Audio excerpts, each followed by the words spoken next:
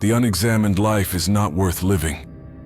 We rush through our days like leaves swept downstream, never pausing, never questioning, never truly seeing. What wisdom lies buried beneath the surface of our hurried existence? Look at your hands for a moment. Really look at them. What stories do they tell? What choices have they made? In this simple act of attention, of truly seeing, lies the seed of transformation. Most drift through life as if in a dream, making choices without awareness, following paths without purpose. But you have the power to stop, to question, to examine. Think of the master craftsman, how she steps back from her work, studying every detail, every subtle curve. Your life deserves no less attention. Each thought, each action, each moment, waiting to be shaped by conscious intent. When did you last pause to ask yourself, why do I believe what I believe? Who am I beneath the roles I play? What truth am I avoiding? In the quiet space between your thoughts, in that moment of pure awareness, lies the gateway to a life fully lived, not merely existed through, but truly lived. The examined life calls to you now. Will you answer? This is your invitation to wake up, to see clearly, to live deliberately. The choice, as always, is yours. I know that I am intelligent because I know that I know nothing. In stillness, we find truth. While others parade their knowledge like peacocks, true wisdom whispers from a different place, a place of emptiness. Think of standing at the edge of the cosmos. Each star you see reveals 1,000 more you cannot. Is this not the perfect mirror of knowledge? The more we learn, the more we glimpse how much remains unknown. What courage it takes to admit we know nothing. In a world drunk on certainty, sobriety of mind is rare indeed.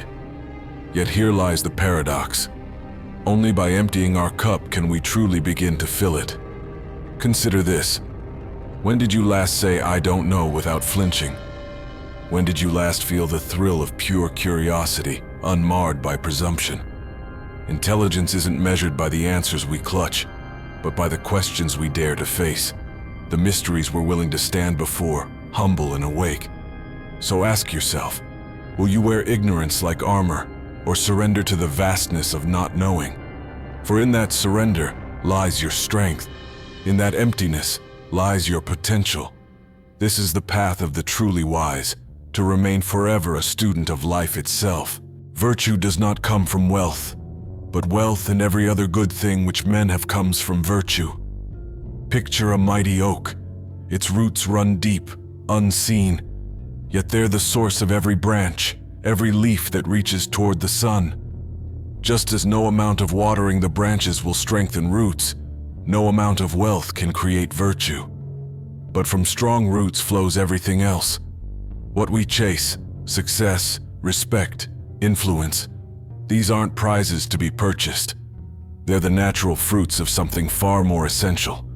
When you stand firm in integrity, when you choose what's right over what's easy, you build something that no market crash can touch. Look at those who seem to have it all. Their mansions, their empires. Do they sleep well at night? True wealth isn't counted in dollars. It's measured in the quiet moments when you face yourself in the mirror and know you've lived by your principles. Here's the profound irony. Chase money, and you may catch it, but it will never be enough. Chase excellence of character, and abundance follows like a shadow follows light. Not always in gold, but in things far more precious. Trust, respect, inner peace. What will you pursue today? The fleeting rush of acquisition, or the lasting power of becoming someone worth becoming?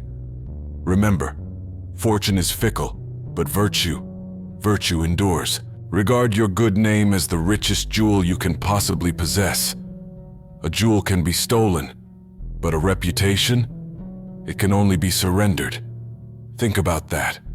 While fortunes rise and fall, while markets surge and crash, your name endures, etched in the memory of every life you touch. What price would you put on trust? on respect, on honor. These aren't mere words. They're the currency of human connection, earned penny by penny, choice by choice, day after day. In this world of instant gratification where everything seems disposable, your reputation stands apart. Unlike diamonds that can be bought, it must be earned. Unlike gold that can be inherited, it must be built. Unlike wealth that can be borrowed, it must be lived. Consider how long it takes to build trust, and how quickly it can shatter. One moment of weakness, one compromise of principle, one betrayal of confidence, and years of integrity crumble like sand castles before the tide. In the quiet moments, when no one is watching, when the choice between right and easy stands before you, remember this: your name travels ahead of you, whispers behind you, and echoes long after you're gone. What will they say about you? Not in the filtered photos or carefully crafted posts, but in the honest conversations that shape your legacy. Will they speak of someone who stood firm when others wavered, who kept their word when it cost them something? Guard your name, not with locks and walls, but with unwavering principle. Polish it daily with choices that honor your deepest values. For in the end, no vault can protect what matters most: the trust you've earned, the respect you've gained, the legacy you leave behind. Let him who would move the world first move himself. A single droplet creates ripples that touch distant shores. Yet how many of us reach outward before looking inward? How many try to reshape mountains while standing on shifting sand? Think of the sculptor, her hands covered in clay. Before the masterpiece emerges, she must first master her own movements. Every subtle gesture, every intentional touch, it all begins within. We dream of moving mountains, yet stumble over pebbles in our own path. We shout for change in others, while whispering excuses to ourselves. But nature teaches us a deeper truth. The oak doesn't begin with branches reaching skyward.